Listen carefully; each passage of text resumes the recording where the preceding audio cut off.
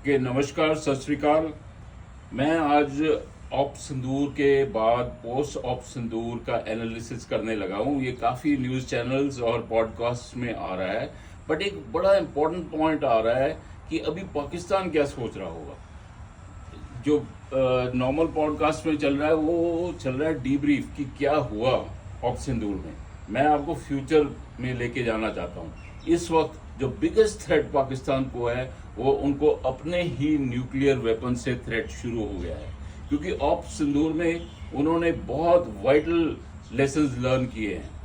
उन्होंने क्या देखा है, देखो 1971 की वॉर के बाद जुल्फकार अली भुट्टो ने बोला था कि भाई हमने घास खा लेंगे पर हमने न्यूक्लियर बॉम्ब बनाना है, क्योंकि हमने बांग्लादेश क्रिएट कर दिया। तो न्यूक्लियर बॉम्ब बनाने लगे। इंडिया ने बना लिए 172, पाकिस्तान ने बना लिए 170। 170 बहुत ज्यादा होते हैं। अपने को पता है, अपने घर में एक वेपन भी हो ना, जैसे कोई रिवॉल्वर हो, हमारे को उसकी इतनी हिफाजत करनी पड़ती है, लाइसेंस चेक करना पड़ता है, बच्चा ना ले ले, लोडेड ना हो, कोई शादी वादी में चला ना दे। इन्होंने तो 170 बना दिए। वो जो तंदूरिया होता है ना ढाबे में, वो भी 10 15 20 50 पेड़े बना के रखता है। 170 नहीं बनाता, कहता है साहब गाहक को आने दो। तो ये बनाई गए। अभी यही जो 170 है, इन्हीं के लिए, इन्हीं को ही खतरा हो गया पाकिस्तान को। वो क्यों? क्योंकि इसका ना एक डिलीवरी सिस्टम होता है। ये जो न्यूक्लियर बॉम्ब्स हैं, ये ऐसे नहीं है कि तोड़िए फेंस के साइड में जाके 170 फेंक दी इंडिया में और चलती रहेंगी। ये कोई दिवाली के पटाखे नहीं है। इसको दो मेथड्स हैं। एक तो है सरफेस टू सरफेस वेपन्स के साथ, एक है air to ground nuclear missiles होती हैं जो न्यूक्लियर हेड कैरी करती हैं, उनके साथ डिलीवरी होती है। 3 स्कर्मिशेस हुए हैं पाकिस्तान के साथ। एक कारगिल में हुआ, उसके बाद बालाकोट में, थर्ड ऑप सिंदूर। तीनों बार पाकिस्तान का एक भी जहाज आके इंडिया में उन्होंने कोई कन्वेंशनल वेपन भी नहीं ड्रॉप किया, कोई छोटा बॉम्ब भी नहीं ड्रॉप किया। ये तो न्यूक्लियर बॉम्ब है, इसके लिए बड़ा कुछ देखना पड़ता है। ये कह रहे हैं कि हमने F-16 के साथ टॉस बॉम्बिंग करेंगे। मैं बतला दूं टॉस बॉम्बिंग क्या है। जैसे ये जहाज है, उसके नीचे ये न्यूक्लियर वेपन लगा दिया, तो हाई स्पीड पे आके अबाउट 900 to 1100 किलोमीटर, और इधर आके इसको ड्रॉप कर देना है। ये बॉम्ब जाके गिरेगा, आप यहाँ आ जाओगे। पर इसमें कन्वेंशनल वेपन तो ड्रॉप हो जाए, जब न्यूक्लियर वेपन है वो तो 30 किलोमीटर पे फ्यू सेकंड्स में चला जाएगा। 8-10 सेकंड इधर ये एयरक्राफ्ट तो गया।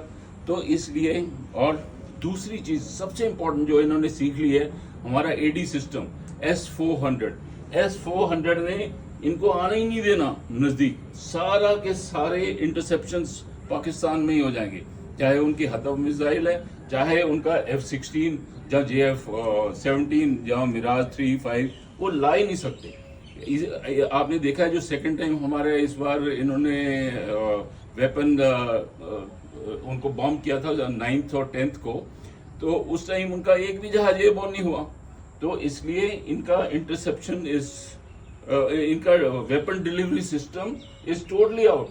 सो ये जो थ्रेट है ये पाकिस्तान को अपने वेपन से खुद ही हो गया है अभी। तो उनको बहुत फिक्र पड़ गया, या तो उनको डिसमेंटल करने पड़ेंगे या डिस्पोज ऑफ करने पड़ेंगे, जहाँ भाई सस्ते में फेंकना पड़ेगा। दूसरी विंड्स बड़ी इंपॉर्टेंट होती है न्यूक्लियर फॉल आउट के लिए। अभी जो गर्मियों का सीजन है अभी चल रहा है अक्टूबर नवंबर दिसंबर तक, ये विंड्स ईस्टर्ली हैं, पाकिस्तान में जा रही हैं। तो सारा का सारा जहां से इनका एरिया है, इनका कैपिटल है, लाहौर से उधर सारा रह जाएगा। आपने देखा ही है विंटर्स में विंड्स उल्टी होती हैं, दिल्ली के ऊपर भी चला जाता है धुआं, पर अभी तो इनके पास जाएगी। तो इनके लिए ये हेडेक हो गया, मुसीबत हो गई है। They will have to get rid of these weapons.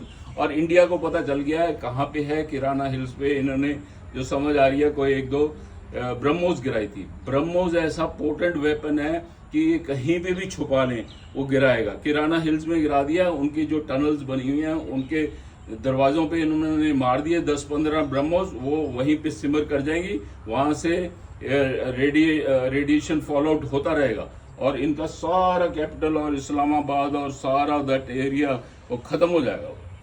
तो और दूसरा इनके लिए जो हेडेक बनते जा रहे हैं इन्हीं के ये मौलाना अजहर और हफीज सैयद, ये वो, क्योंकि इंडिया कह रहा है ये हमारे को दो। ये दोनों भी हो सकता है पाकिस्तानी इनको एलिमिनेट कर दे, जहां अभी तक आई एम श्योर उनको मिलिट्री ने या IAS ने उठा लिया होगा। तो ये दो चीज़ें पाकिस्तान के लिए खुद ही हेडेक बन रही हैं। एंड में फिर से मैं रिक्वेस्ट करूंगा, सब्सक्राइब और शेयर जरूर करो, शर्माओ नहीं, मेरी भी सब्सक्रिप्शन ज़्यादा बढ़ने दो। Thank you so much.